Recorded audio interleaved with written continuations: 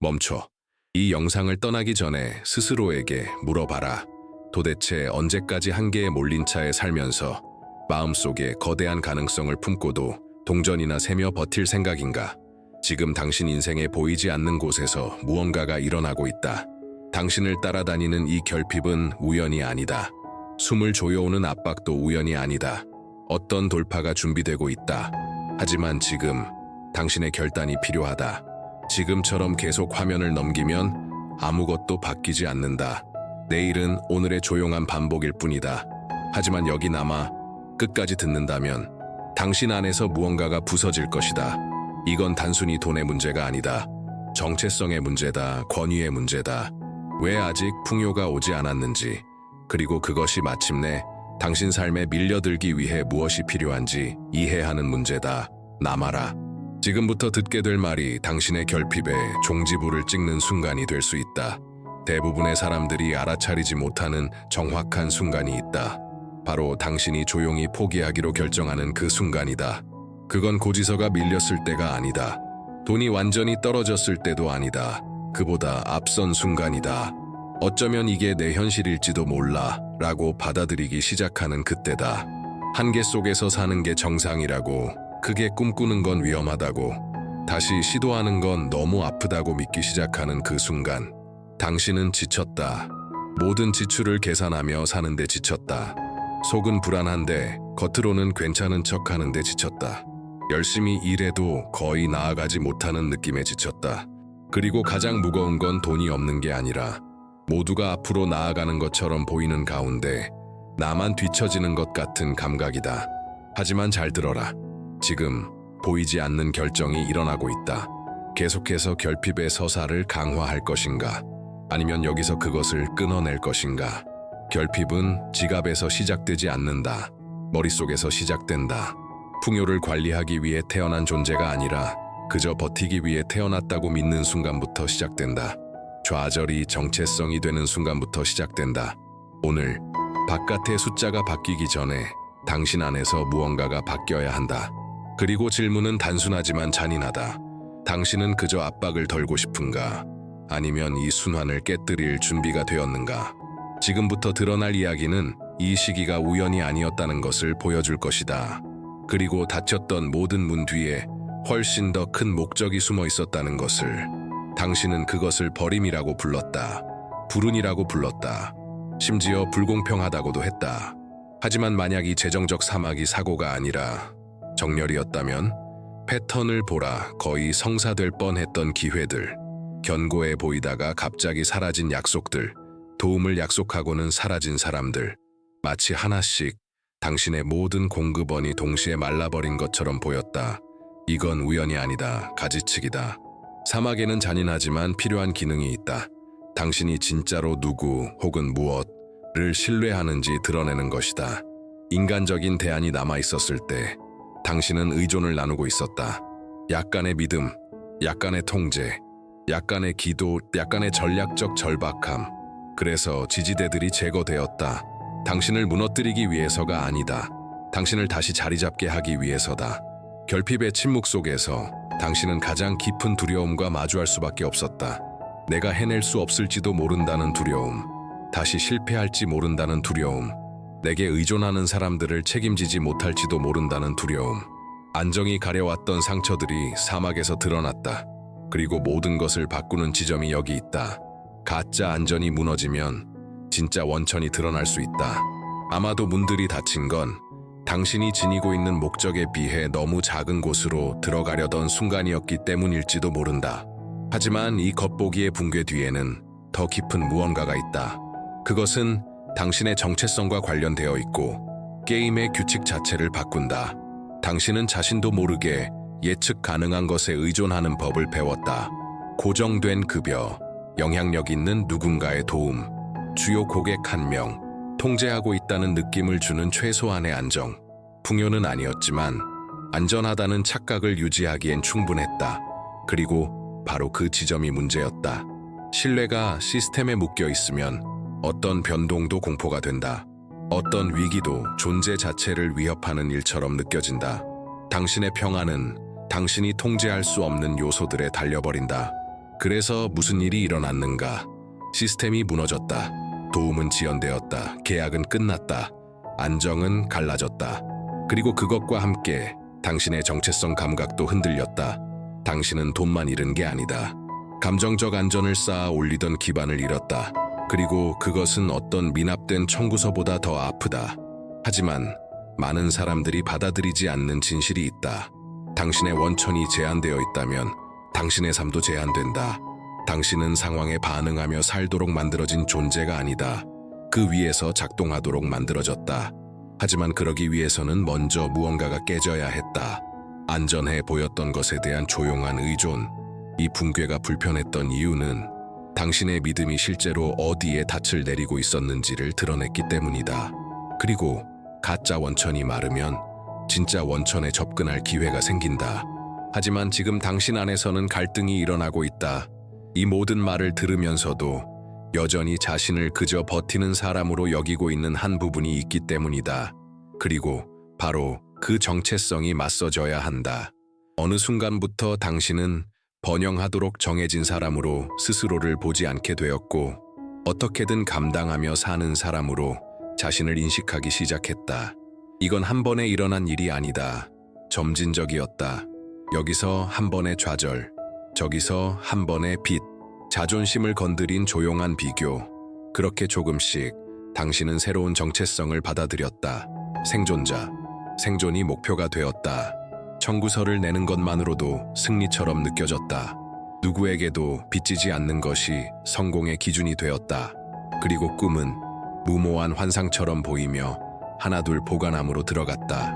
하지만 생존은 당신의 소명이 아니다.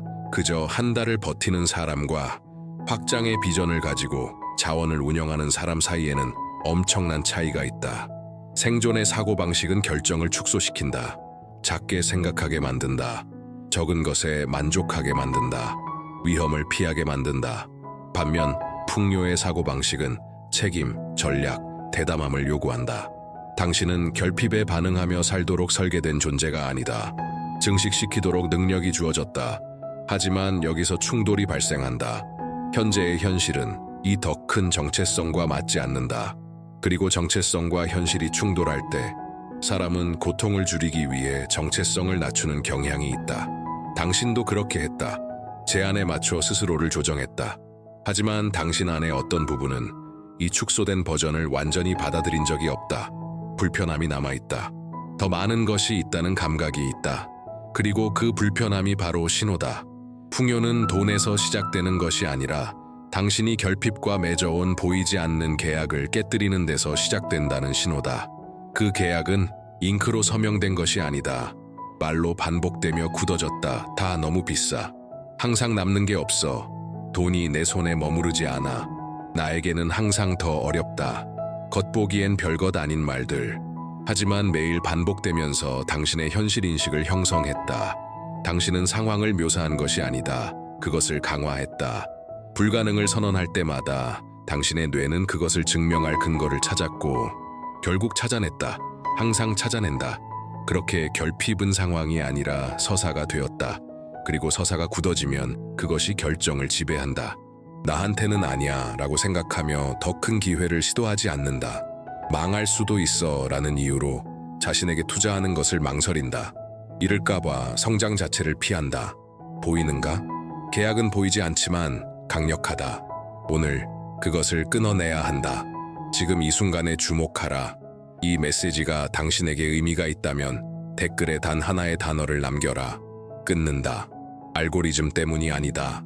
결단을 공개하는 행위다. 정신적인 전환점을 찍는 것이다. 내면의 대화를 직면하지 않는 한 어떤 외부의 약속도 오래가지 못한다. 풍요는 패배하도록 프로그래밍된 사고방식과는 결코 만날 수 없다. E agora que você identificou esse pacto silencioso, surge uma pergunta inevitável. Se Mali 당신을 가두는 데 사용되었다면 과연 그것이 당신을 해방시키는 힘도 가질 수 있을까? 당신이 너무 오랫동안 무시해온 당신의 현실을 지배하는 보이지 않는 법칙이 있다. 당신의 말은 당신의 한계를 형성한다. 잠언은 생명과 죽음이 혀의 권세에 달려있다고 말한다. 이것은 감정적인 비유가 아니다. 원리다.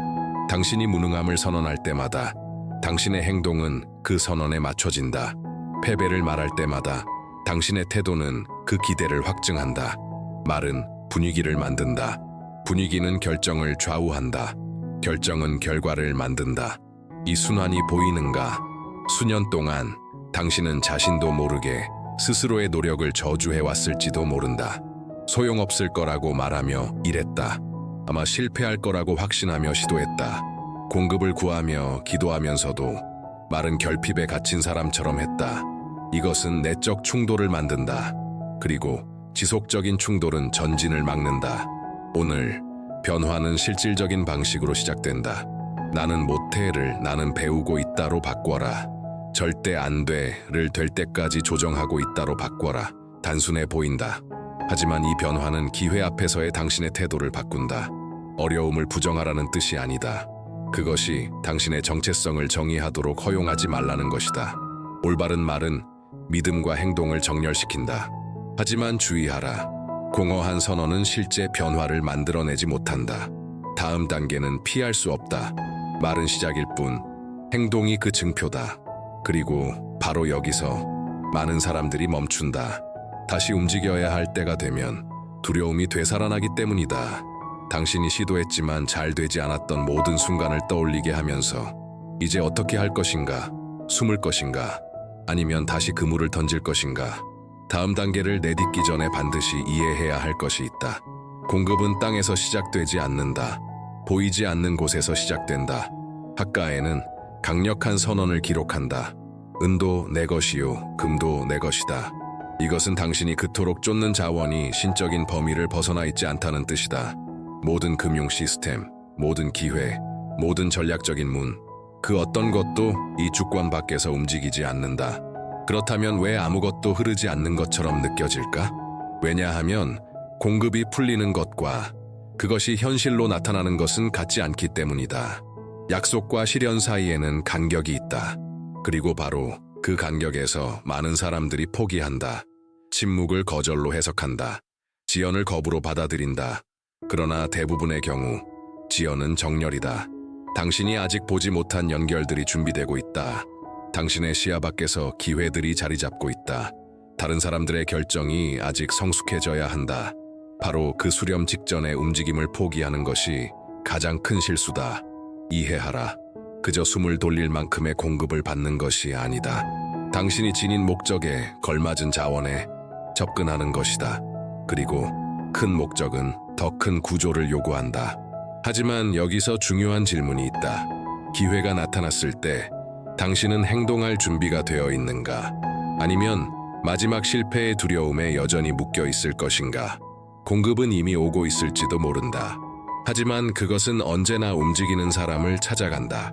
베드로의 이야기에는 많은 사람들이 깊이 보지 않는 결정적인 순간이 있다. 그는 밤새도록 일했다. 경험도 있었고 전문가였다. 자신이 무엇을 하는지 알고 있었다. 그럼에도 불구하고 빈 그물로 돌아왔다. 쌓인 좌절, 육체적 피로, 말없는 실망. 그는 떠나기 위해 그물을 정리하고 있었다. 이 디테일은 중요하다. 베드로는 기적을 기다리고 있지 않았다. 그는 사이클을 끝내고 있었다. 그날 밤은 그냥 안 되는 날이었다고 받아들이고 있었다. 그때 예상치 못한 지시가 왔다. 다시 그물을 던져라. 이성적으로 말이 되지 않았다. 시간이 맞지 않았다. 환경도 불리했다. 경험은 실패를 말하고 있었다. 그럼에도 그는 던졌다. 그리고 바로 여기서 대부분이 멈춘다. 당신도 이미 시도했다. 투자했다. 믿었다. 자신을 드러냈다. 그리고 어쩌면 빈손으로 돌아왔을지도 모른다. 지금은 감정의 그물을 정리하며 좌절을 정리하고 아니었던 거지라고 받아들이려 하고 있을지도 모른다. 하지만 만약 다음 시도가 다르다면 용기 있는 행동은 두려움을 무시하지 않는다. 두려움에도 불구하고 앞으로 나아간다. 당신이 피하고 있는 그 전화가 그물일지도 모른다. 잊고 있던 그 프로젝트가 그물일지도 모른다. 미뤄둔 그 제안이 그물일지도 모른다. 지속적인 결핍과 갑작스러운 전환 사이의 차이는 하나의 실제적인 결정에 있을 수 있다. 하지만 행동하기 전에 더 깊은 무언가를 마주해야 한다. 실패의 고통을 다시 겪을지도 모른다는 두려움. 그리고 그것은 아직도 그 자리에 있다. 가장 큰 장애물은 기회의 부족이 아니다. 좌절의 기억이다. 새로운 가능성이 나타날 때마다 당신의 마음은 희망으로 반응하지 않는다. 보호하려고 반응한다. 돌아오지 않았던 투자, 실패한 파트너십, 민망함으로 끝난 기대를 떠올린다. 당신의 뇌는 그것을 다시 느끼지 않도록 당신을 지키려 한다. 그래서 당신은 합리화한다. 지금은 때가 아니야. 더 준비해야 해. 나중에 보자. 하지만 그 밑에 있는 것은 두려움이다. 드러나는 것에 대한 두려움. 순진해 보일까봐 두려움. 당신에게는 절대 잘 되지 않는다는 서사를 확인하게 될까봐 두려움. 하지만 불편한 진실이 있다. 다시 시도하지 않는다고 해서 고통이 사라지지 않는다. 그것은 단지 정체를 연장시킬 뿐이다. 실패의 고통은 강렬하다. 하지만 정체의 고통은 조용하고 누적된다. 그것은 당신의 자기 확신을 조금씩 갉아먹는다. 스스로의 능력을 의심하게 만든다. 미래에 대한 시야를 줄인다. 결국 당신은 어떤 고통을 마주할지 선택해야 하는 순간에 도달한다. 믿음은 부정적인 기억이 없는 상태가 아니다. 그것들이 당신의 다음 행동을 결정하도록 허용하지 않겠다는 의식적인 선택이다. 다음 행동은 거대할 필요가 없다. 실제적이면 된다. 메시지를 보내라, 이력서를 업데이트하라, 회의를 잡아라, 프로젝트를 다시 가동하라. 움직임은 명확함을 만든다. 그리고 믿음이 행동을 만날 때 무언가가 정렬되기 시작한다. 하지만 당신이 만들어낼 것을 예전처럼 잃지 않기 위해서는 아직 하나의 중요한 사고의 전환이 필요하다. 지금까지 당신의 목표는 아마 단순했을 것이다. 청구서를 내고 숨 돌리기. 하지만 생존과 증식 사이에는 엄청난 차이가 있다. 생존의 사고방식은 현재만 본다. 증식의 사고방식은 확장을 본다. 생존하는 사람은 부족하지 않기 위해 계산한다. 증식하는 사람은 성장하기 위해 조직한다. 같은 돈을 대하는 태도 자체가 완전히 다르다. 지출을 메우기 위해서만 살면 어떤 변수도 곧바로 혼란이 된다. 여유가 없다. 전략이 없다. 반응만 있다. 하지만 자원을 씨앗으로 보기 시작하면 모든 것이 달라진다. 씨앗은 소비되는 것이 아니라 심는 것이다. 처음에는 손해처럼 보인다. 지금의 것을 내려놓고 미래의 더 큰 것을 선택하는 것이다. 이는 비전이 필요하다. 절제가 필요하다.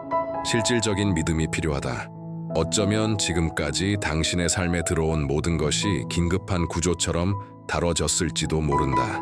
그래서 항상 손가락 사이로 빠져나가는 것처럼 느껴졌을 것이다. 이제 질문이다. 당신은 단지 버티는 사람이 아니라 성장할 사람처럼 관리하는 법을 배울 준비가 되어 있는가? 이 메시지가 당신 안에서 무언가를 깨우고 있다면 이 순간을 강화하라. 좋아요를 눌러라. 이것은 단순한 디지털 행동이 아니다. 당신 안에서 시작된 변화를 향한 상징적인 통이다. 왜냐하면 이제부터는 단지 더 많이 받는 것이 아니라 더 많이 유지하는 것이기 때문이다. 그리고 지속적인 수확이 일어나기 전에 반드시 깨져야 할 마지막 감정적 장벽이 있다. 당신이 짊어지고 있는 조용한 굴욕이다. 거의 아무도 보지 못하는 상처가 있다. 은행 장외는 나타나지 않는다. 엑셀 표에도 없다. 하지만 돈 이야기가 나오면 고개를 숙이는 시선에 있다. 할 수 없다고 말할 때의 부끄러움에 있다. 자신보다 훨씬 앞서 있는 것처럼 보이는 사람들과의 조용한 비교 속에 있다. 재정적인 굴욕은 지갑만 아프게 하는 것이 아니다. 정체성을 건드린다. 당신은 점점 더 작아진다고 느낀다. 덜 유능하다고 느낀다. 덜 준비되었다고 느낀다. 마치 결핍이 당신의 무능함을 공개적으로 증명하는 것처럼 느껴진다. 그리고 이것은 위험한 순환을 만든다. 부끄러움을 더 느낄수록 덜 나서게 된다. 덜 나설수록 기회는 줄어든다. 기회가 줄어들수록 무능하다는 서사는 더 강해진다. 오늘 이것은 끊어져야 한다. 어려움이 가치를 정의하지 않는다. 시기가 운명을 결정하지 않는다. 과정이 목적을 취소하지 않는다. 문제는 순간을 정체성과 혼동한 것이다. 당신은 당신이 겪은 빚이 아니다. 실패한 사업이 아니다. 아직 원하는 수준에 도달하지 못한 급여가 아니다. 그것들은 장일 뿐이다. 전체 이야기가 아니다. 부끄러움은 당신을 고개 숙이게 만들었지만 당신은 권위를 가지고 걷는 법을 배워야 했다. 그리고 여기 결정적인 지점이 있다. 스스로 번영할 자격이 없다고 느끼는 한 어떤 성장도 스스로 무너뜨리게 된다. 외적인 풍요 이전에 내적인 존엄의 회복이 필요하다. 고개를 들어라. 지금 시작되는 것은 단순한 재정 회복이 아니다.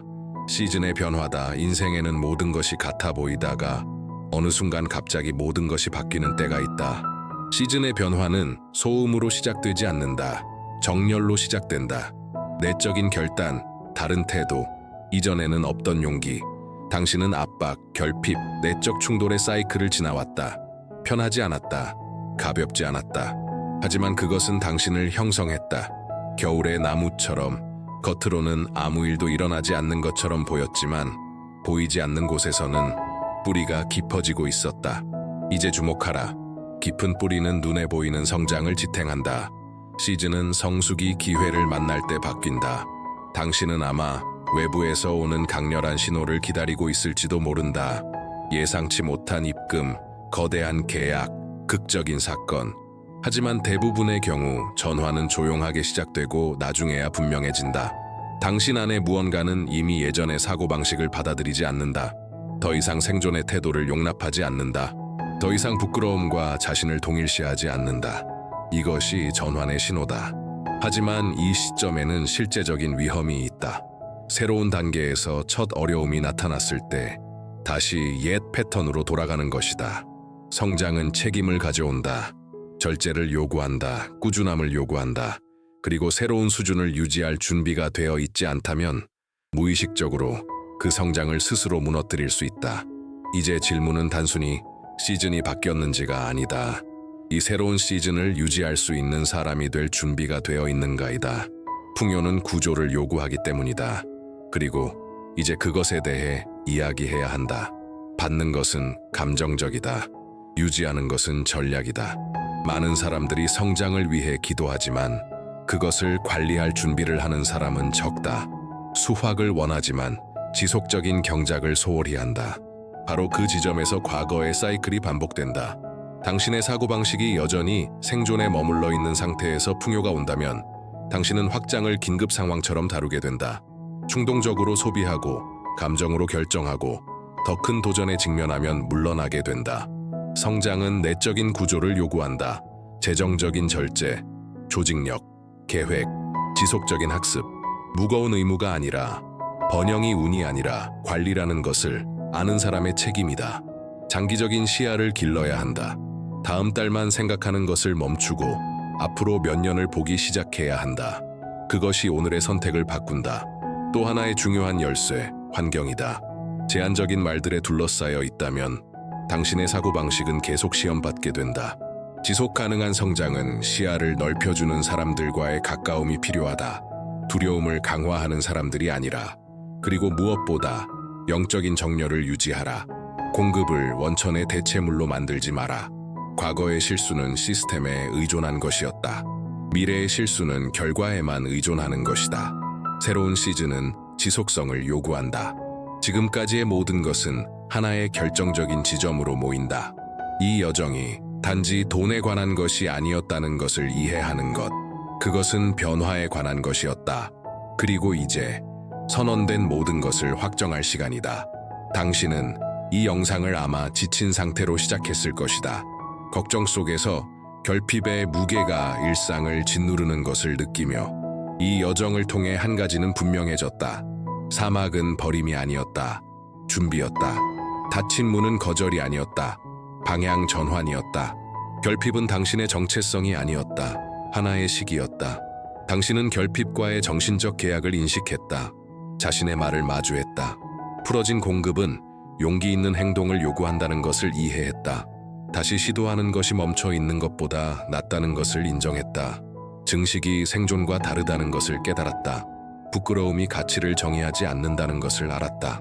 태도가 바뀔 때 시즌이 바뀐다는 것을 보았다. 이제 모든 것은 이 마지막 결정으로 모인다. 당신은 상황의 피해자로서 여기서 나가지 않는다. 사고방식, 말, 행동을 정렬해야 한다는 것을 아는 사람으로 나간다. 당신이 찾는 풍요는 단순히 재정적인 것이 아니다. 구조다. 회복된 정체성이다. 받아들인 책임이다. 이 메시지가 당신에게 닿았다면 지금 채널을 구독하라. 여기서 당신은 다시 예전의 사이클로 돌아가지 않도록 마음을 지속적으로 강화하게 된다. 좋아요를 누르고 새로운 시즌을 선택한다는 것을 행동으로 선언하라. 끝까지 함께 해주어서 고맙다. 오늘부터 당신의 태도가 여기서 시작된 변화를 지탱하기를 바란다. 여정은 계속된다. 그리고 당신은 더 이상 이전처럼 걷지 않는다.